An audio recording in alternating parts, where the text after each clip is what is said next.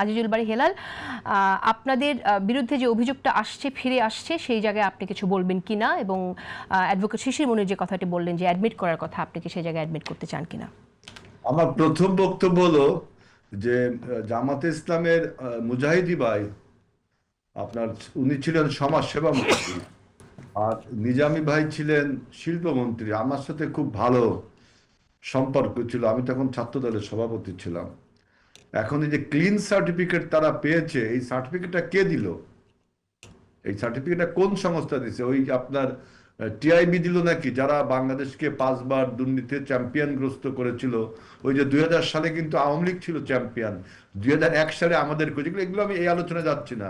আমি যাচ্ছি যে মুজাহিদ ভাই ছিল সমাজসেবা মন্ত্রী, তখন সমাজসেবা অফিসার নিয়োগে কি দুর্নীতি হয়নি? প্রথম আলো, ডেইলি স্টারে কি রিপোর্ট আসেনি?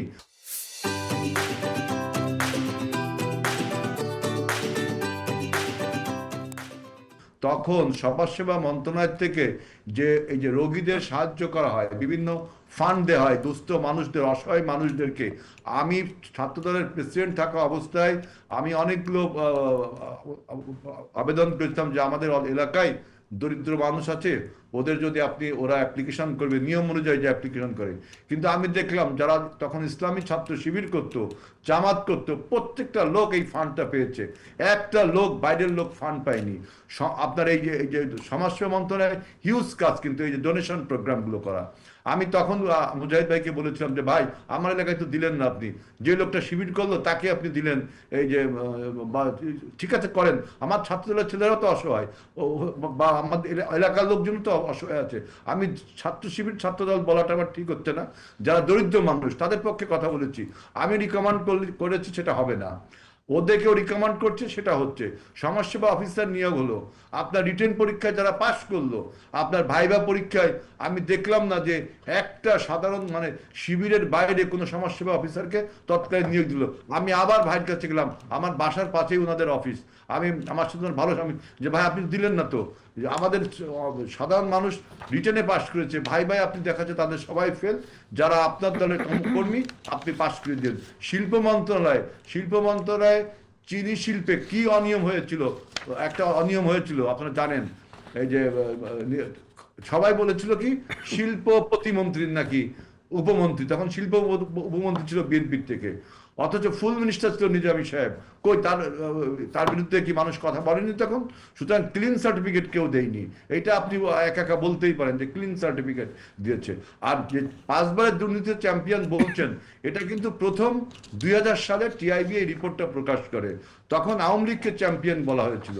এরপরে মতলববাজি করে 2001 সালে ওই যে সৎ মানুষের খোঁজে একটা প্রোগ্রাম হয়েছিল, আপনারা জানেন, তখন আবার এই যে শুরু হয় বাংলাদেশের রাজনীতিতে ম্যানেজ করা একটা প্রক্রিয়া। তবে এটা ভালো লাগছে, এই যে শিশির মন্দিরের মধ্যে অ্যাকসেপ্টেন্স যে টেন্ডেন্সি, মানে একটা জিনিসকে ডিনাই না করে অ্যাকসেপ্ট করার টেন্ডেন্সি, এটা আমাদের রাজনীতির একটা ভালো দিক, যে আপনাকে অ্যাকসেপ্ট করতে হবে। যে যদি মনে করেন যে বিএনপি ওই সময় দুর্নীতি করেছে, বিএনপি তো এখন সেই কমিটমেন্টটা করছে যে আমরা বাংলাদেশকে একটা সুন্দর বাংলাদেশ, নতুন বাংলাদেশ উপহার দিচ্ছি। আর আমরা যদি দুর্নীতি করে থাকি তাহলে সেটার বিচার তো হবেই। এবং সেই বিচারে কি পেয়েছেন? সেই বিচারে কি পেয়েছেন? শেখ হাসিনার মতো একজন ফ্যাসিস্ট স্বৈরাচার কি বিএনপিকে দুর্নীতিবাজ প্রমাণ করতে পেরেছে? কত রকম কিছু করেছে, দুর্নীতিবাদ প্রমাণ করতে পেরেছে? মানুষ বরঞ্চ বেগম খালেদা জিয়া পরিবারকে তাদের আত্মীয় বানিয়েছে, সবকিছু অভিযোগ মিথ্যা প্রমাণিত হয়েছে। এখন আমাদের নেতাকর্মী যদি কোথাও কোনো অন্যায় অত্যাচার করে থাকে, তার জন্য শিশির মনির সাথে আমি একমত, আমরা কিন্তু সেটা অ্যাকসেপ্ট করছি, তাদেরকে আমরা আইনের আওতায় আনছি। কিন্তু আমার বক্তব্য, আপনারা কি কেউ কোনো অন্যায় করেননি এই গত 5ই আগস্টের পর থেকে? আপনার তো একটা নেতাকে বহিষ্কার, একটা নেতাকে শোকাজ করলেন না, কত রকম অন্যায় অত্যাচার আমরা দেখলাম পত্রিকায়। সেজন্য আমি বলছি যে ঠিক আছে, অ্যাকসেপ্ট করেন, ডিনাই করেন না।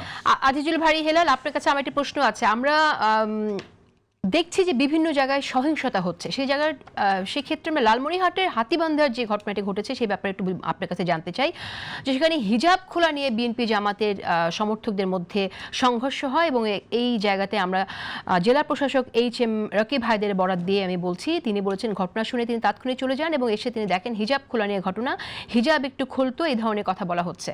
আমি একটু জানতে চাই যে কারা এই কাজটা করছে এবং তাদেরকে আপনারা, অনেকেই বলছে বিএনপি নেতাকর্মী এখানে কর্মীরা করছে, তাহলে সেক্ষেত্রে আপনারা তাদেরকে থামাতে পারছেন না কেন? এ ধরনের ঘটনা কেন ঘটছে?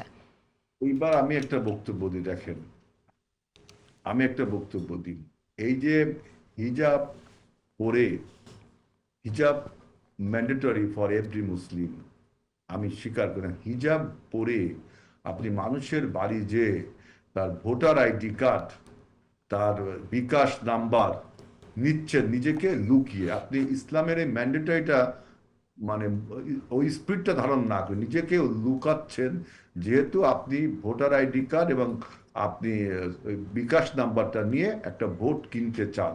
এটা তো মহা অন্যায়।